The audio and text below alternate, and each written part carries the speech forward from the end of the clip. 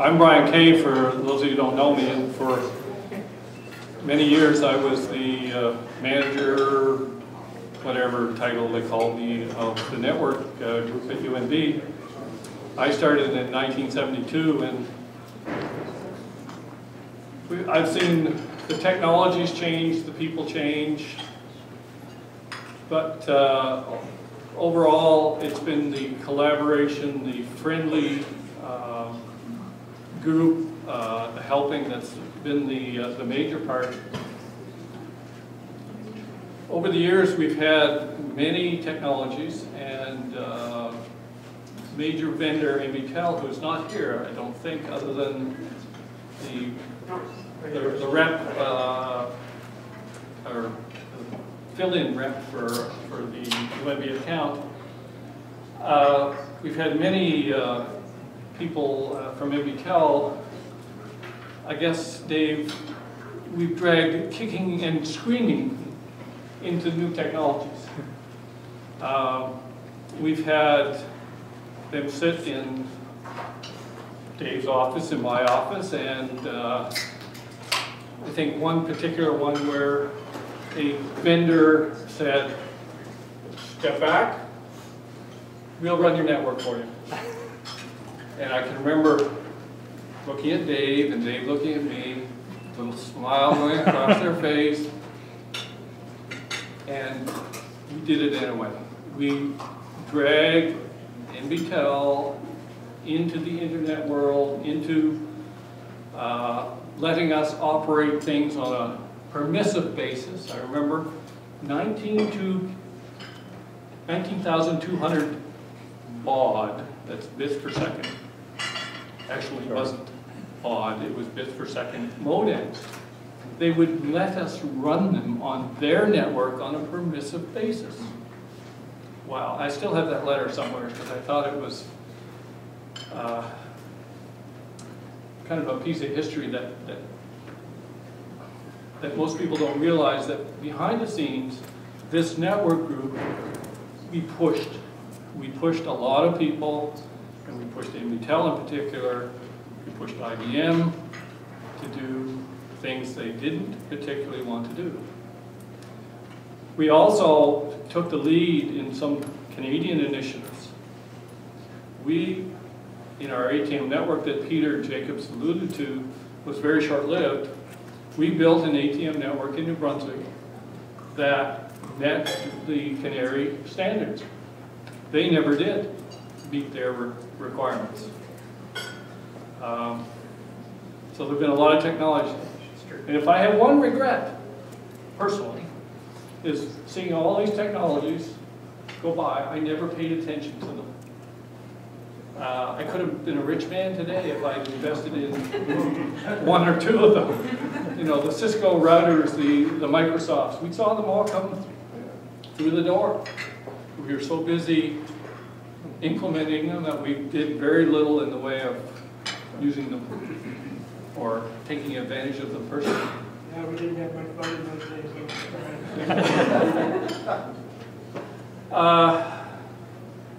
We did a lot of things in advance of there being a firm requirement. I can remember sitting in an ECN meeting asking if there was any requirement for the ECM members to talk to one another to communicate their IT stuff, and the answer was no. And we thought that over and said, well, that's probably not the way it should be, and we did it anyway. The history of the ECN is anticipating needs and collaborating, and it's been, personally, it's been the people in the various sites that have made this all happen, and it's, for me, been a lot of fun. Thanks.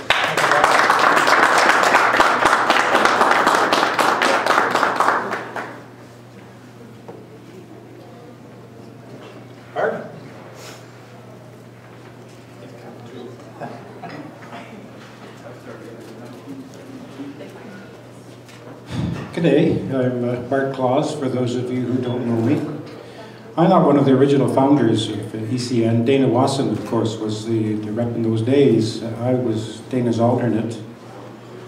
And then I succeeded Dana as director of the Computing Center after that, and then I was then a full member. Right, Brian, the technology has been enormous change. The one thing which does not seem to have changed is the collaboration and the communication.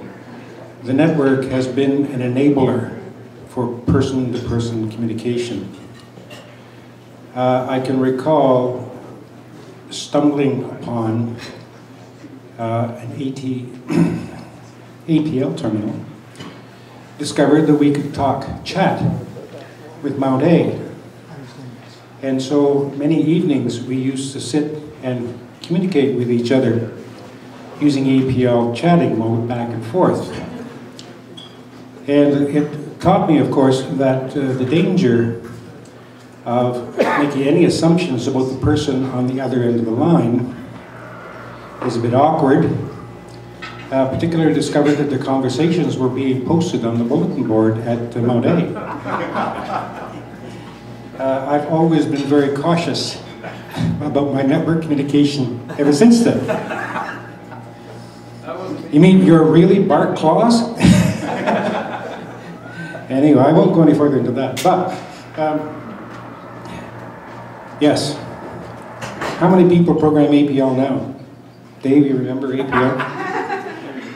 About 5 years ago, I think I went on the web and was looking for references to APL. And it does still exist. It's available. God help me how you'd use it. The number of languages, COBOL, Perl, various things like this. I guess I moved from management into what I would call basically a network plumber. I retired with NBTEL, actually DataCore, actually MIT, actually X-Wave, and in 1992 I was able to spend 6 months working in Ireland, and Ireland was putting together at that time a cooperative computing network. They had something like 13 or 16 higher education institutes. They had financed and dropped in place about 10 alpha computers, and they were connected together with fiber optics, and there was no firewalling, there was no security regime on the alpha computers, and when I went onto the system, I was probed within the first 5 or so minutes from places like Saudi Arabia, from Germany, from Italy, all over the place. And so it's an interesting thing that here was the technology in place.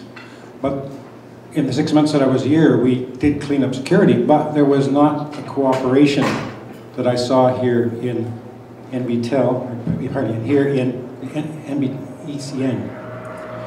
So I've been privileged, really, to be associated with computing when I sit back and look at the various things that have happened over the years, but the fondest years are certainly the early days here at UNB, the early days of the computer network, the long drive through the winter snow to get to Francis Xavier to try to get there, 11:30 working again as an RJE station. For those of you who don't know what that means, there's some punch cards over there that used to be used for programming. And when I was visiting my ex-graduate supervisor, Bob Cavanaugh, in Ottawa just this summer, he made me aware that he had boxes of IBM punch cards in his basement. He used them invariably as note paper. I think that's about the only thing that can be used for now. At any rate, it's really great to see everybody, see familiar faces, and see quite a few unfamiliar faces. My own children, if I call them children, are now, youngest one is 40 and the oldest one is 44. We have 7 grandchildren. My one son, being bilingual, is a senior technical evangelist for Microsoft Canada. He's been in charge of the IT processing or the IT seminars that go on across the country, and he's just been transferred to Seattle head office. He's going to import that program into into Microsoft Global. So he started out in computers on Germain Street with a Commodore 64. And I think he was the first person that hacked into the NBTel voicemail system. And I can recall getting a call from Harold Bettel, head of security, wanting to advise me that I had a son who was in some place that he shouldn't be. So I guess we do have basically a family of nerds. My wife uses a Mac, and I've always used a Mac as well, but I am now her technical support, and that's the extent of my computing abilities. I make sure her Word keeps working so that she can do the historical and artistic things that she does as a consultant with J.D. Irving. So, I can ramble on, but I think that's probably enough. If you wanted to talk to me, I've got very specific, I can probably give you specific information, but I wouldn't want to tell you all the terrible tales. I came just pretty close to talking about that APL chat.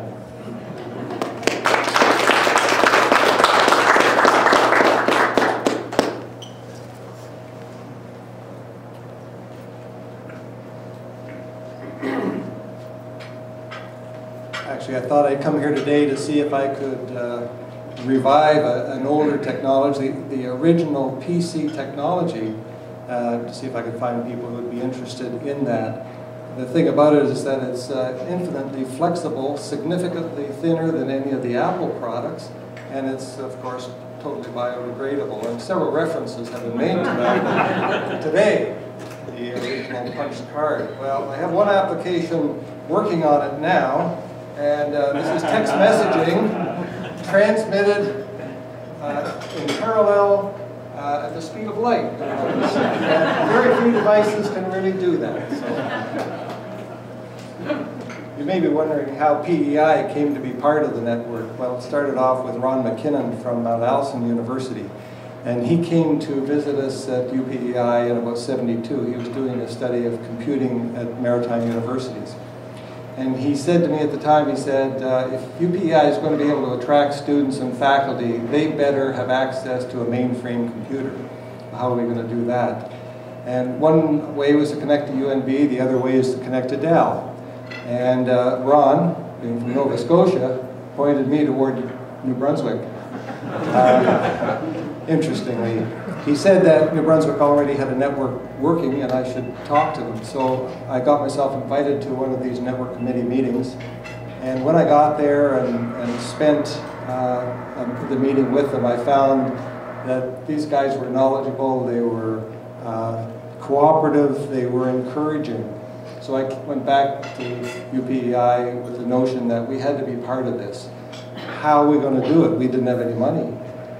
It turned out that the mapping group on doing the mapping of PEI, located in Summerside, they had a link to UNB at the time, and they were uploading all of their mapping information. So we managed to get them to we paid for a couple of hours an afternoon so that we could transmit punched cards up to UNB and get the printout back. We managed to get a program free from the University of Chicago that turned our PDP-11 into a remote job entry station, as Bart has mentioned. So we got something working. The next part then became how we're going to go a little further with this, and that was to become part of the New Brunswick network. And they graciously agreed to change the name to NBPEI-ECN, and it was to our mutual advantage. With the MPHEC operating this as a project, the money came off the top. It meant I didn't have to go find the money. And we were able then to get the funding for a dedicated link and some modem equipment to put us into business. And I can't overestimate at all the importance of that to PEI. As you can imagine, on an island, we didn't even have the bridge at that time, and we were very isolated. We didn't have the contacts. And here was a group of people who I could exchange ideas with. And every meeting I came back charged with ideas and enthusiasm to go about solving the common problems that we all shared. And that's how we got started. And with that network in place, when IBM came calling with Net North, we were ready. New Brunswick and PEI were all connected. We were ready to go. The links to New Brunswick, and there we were in business. Whereas in most of the rest of the country, they were scrambling, trying to connect their smaller institutions to become a part of Net North. And of course, the same thing happened later on with the connection to the internet. And PEI at that time, because of all of this networking background, was able to participate as an equal province in the bringing of the internet to Canada. And that was absolutely tremendously significant to all of us. So we are very much indebted to New Brunswick and all of the wonderful people, knowledgeable people, who shared their talents with us during those early days. Did we always get along without problems? No, it wasn't always smooth. We quibbled. Why should Central have all the big equipment? Why should they have all the people? Why should they have all the software? There came a point where in Nova Scotia they were trying to organize a network in Nova Scotia. And the MPHEC, in its wisdom, wanted to coordinate our agreements. And so they wanted us to have voting by majority as a way of coming to agreements.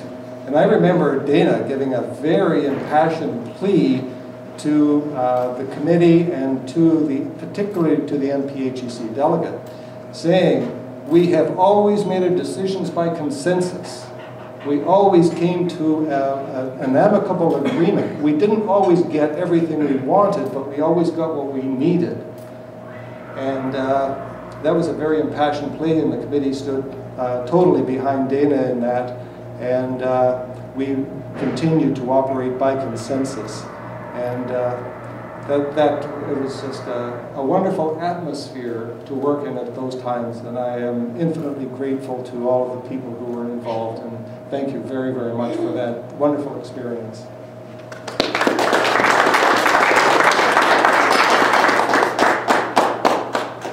Jim just brings to mind one reminiscence that I have to share. At the time when they were mandating, the Commission was trying to mandate that New Brunswick's network be like Nova Scotia, that they both be the same. And they tried to do that, and the one in Nova Scotia, after about a year, got itself into serious difficulties. I think Dallas still owed money. But they brought in a consultant, a fellow named Larry Landweber, who knew all about computer networks, and Larry, the Commission, hired him. And Larry went around and wrote a report, spent a week or whatever, 3 or 4 days in each province, wrote this report, the Landweber report, which is about 1981, somewhere there. Anyway, 20 years after that, I met at a networking meeting somewhere in the world, Larry Landweber. And he still remembered us, and he still remembered the contrast between the two organizations, the one that worked by consensus and the one that all voted. And basically they all had a veto in the votes, and almost nothing got done. It was quite a remarkable insight. And anyone else think of your comments? I'd just like to tell a very short story here about what really happened. Jim is getting a very sanitized, politically correct view of the history of this network, but let me tell you the real story here. I remember being in a network meeting and going to that meeting, thrilled to be able to announce that we just upgraded the network once again, that Brian Kay and Peter Jacobs had done their magic, and everything had smoothly been turned up the day before, just in time for that network meeting. And I went to the meeting and said, I have some really good news. The network has been turned up. We have more capacity, major increase. And I forget if it was Brian or Peter, and stood up and said, the bad news is it's already full again. In that 24-hour period, the network was full. And Peter or Brian said, but we think we know the problem. It's Mount A again. And it's one of those residences, we think, you know, and somebody down there is probably downloading music and videos. And so I remember we all turned to Helmut and said, Helmut, what are you going to do about this? And so he went to his president and then reported back to me. He called the next day and he said, Greg, when I talked to my president, I said, we have this student, he's downloading these big files, videos, music. And the president said, congratulations, Helmut, keep up the good work. So that led us to the new reality. And as a result of that anonymous student down at Mount A in the dorm, we started running fiber around the province, between the provinces. Chris Newton created Q1 Labs in order to monitor the network traffic. We went up to Ottawa and we built Canary. I mean, all of these things happened. So I would like to propose a toast, and if we had the money, the building of a statue in honor of that anonymous Mount A student.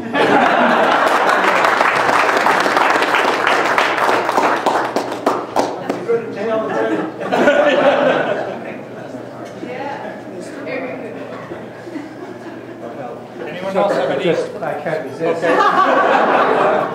Well, as not the president of Mount A that Helmut talked to at that time, we're always happy to hear of Mount A being at the center of the universe. And we'll pitch in the first $100 for that statue. But I just want to say, too, I'm an interloper here. I'm afraid I'm not a technical whiz like you guys, although I can say that I purchased the VIC-20 in the early 80s, and that's started from there. And it was at that time that I had the insight that I think all good university presidents or future university presidents have, and that is the principle of the division of labor. That I'm good at raising money, I'm good at organizing things, I don't know anything too much about your area. My job as university president, as all other university presidents, is to support good work and to support excellence in everything that we do. And so I just want to say on behalf of other university presidents, unscripted here, because it's just such a wonderful group here, that I want to say thank you, thank you, thank you from the bottom of our hearts. You've done just this unbelievable job on behalf of our area universities, our students, and our communities. We are in awe of your talents. And we're also in awe of your ability to work together collegially. I understand that one doesn't always agree about these things, but that principle of consensus is something that's built into the very fabric of the university environment, the need for collegiality, that we don't hammer things down from the top and that sort of stuff. So on behalf of the universities, I want to say thank you very much for all your accomplishments, but also to say that we really, really, really are great admirers of you. And you now all have this network, everything else has a special place in the university firmament. I should say I've come from Ontario previously before this job at a few universities. The capacity that we had, the quality of the service that our students and faculty get is simply not nearly as good as we get down here in the Maritimes. I've been at Mount Allison now, this is my 6th year. I don't think I've ever actually heard a serious complaint about our service or about our capacity and what have you. Although there is some student, I understand, really now who's going to the next level. Totally collapsing your system, and we're working with them.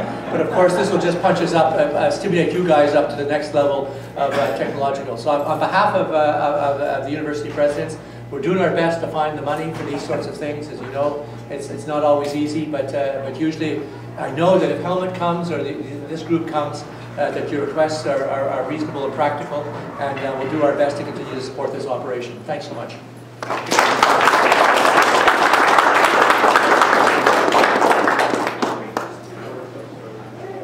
Thank you very much. Yeah, one more.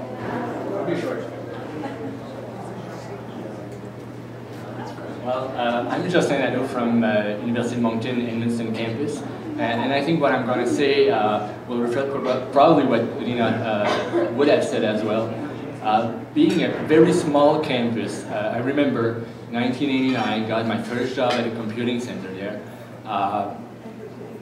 knowing nothing about networking, and then getting a call from Brian saying you need to get IP addresses, you need to get a domain name, and all these things. And without the help of the ECN, without the help of UNB staff being there to help us, without David taking us under his wings and really helping us, we would not be able today to say that what we're doing in Edmundston, a small campus, 500 students, being able to use the same technology, get the same services as every big university in the world in New Brunswick are using.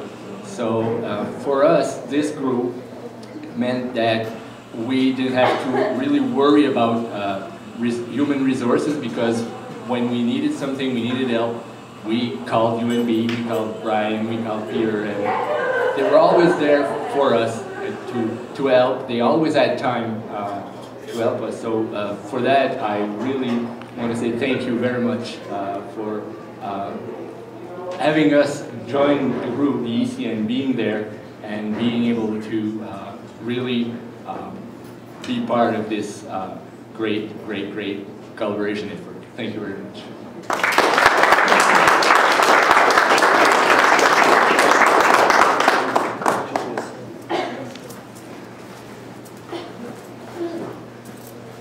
I'll keep this pretty brief too. I'm Rich McDonald from Holland College, and the one thing I would like to say is we mentioned that Holland College joined the ECN in 1990, which is before my time.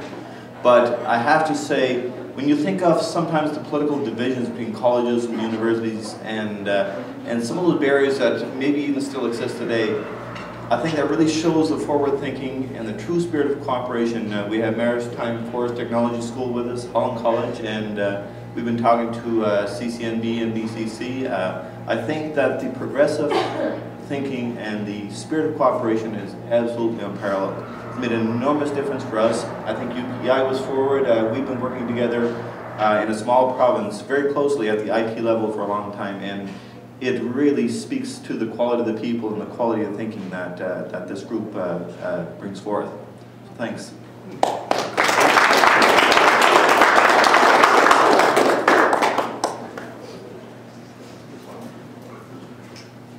Quick comment here. My name is Dan Hurley. I think I'm the newest member of the networking group, the Network Organizing Committee, although I'm not sure that I'm the youngest. I've been sort of standing here with mixed emotions as people come and told their stories. And on the one hand, I'm extremely grateful for what you've done. The 40 years of history is really kind of daunting and sort of, you know, it leaves me with a great feeling of thanks for what you guys have all done as you've gone before us. And I sort of feel like saying, you know, I can see as far as I can because I'm standing on the shoulders of giants. Sort of thing.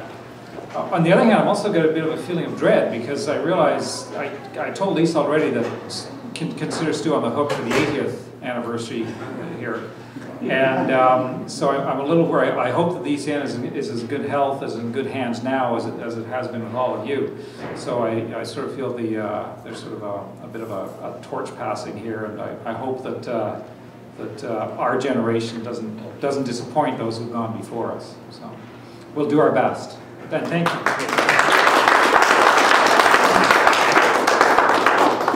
We have a couple more. You're here, Helen. Come on up.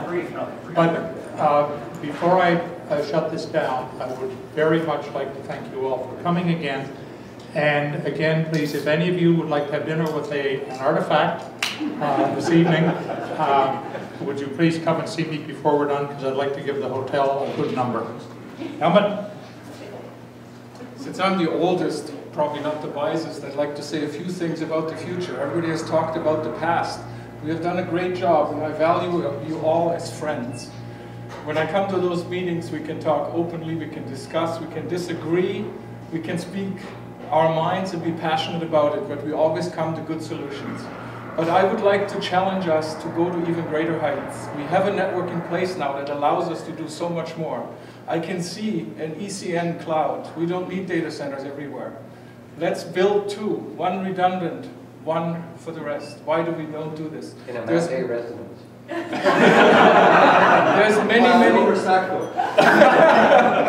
There's many more things we could be doing, and I think we have the people in place to make this happen. We have the trust needed.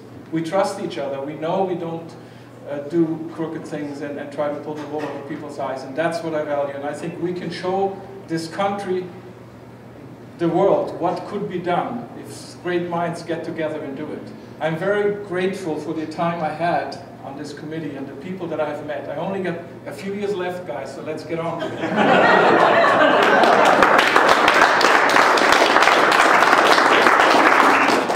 that, I will thank you all for coming out, and have a great trip home.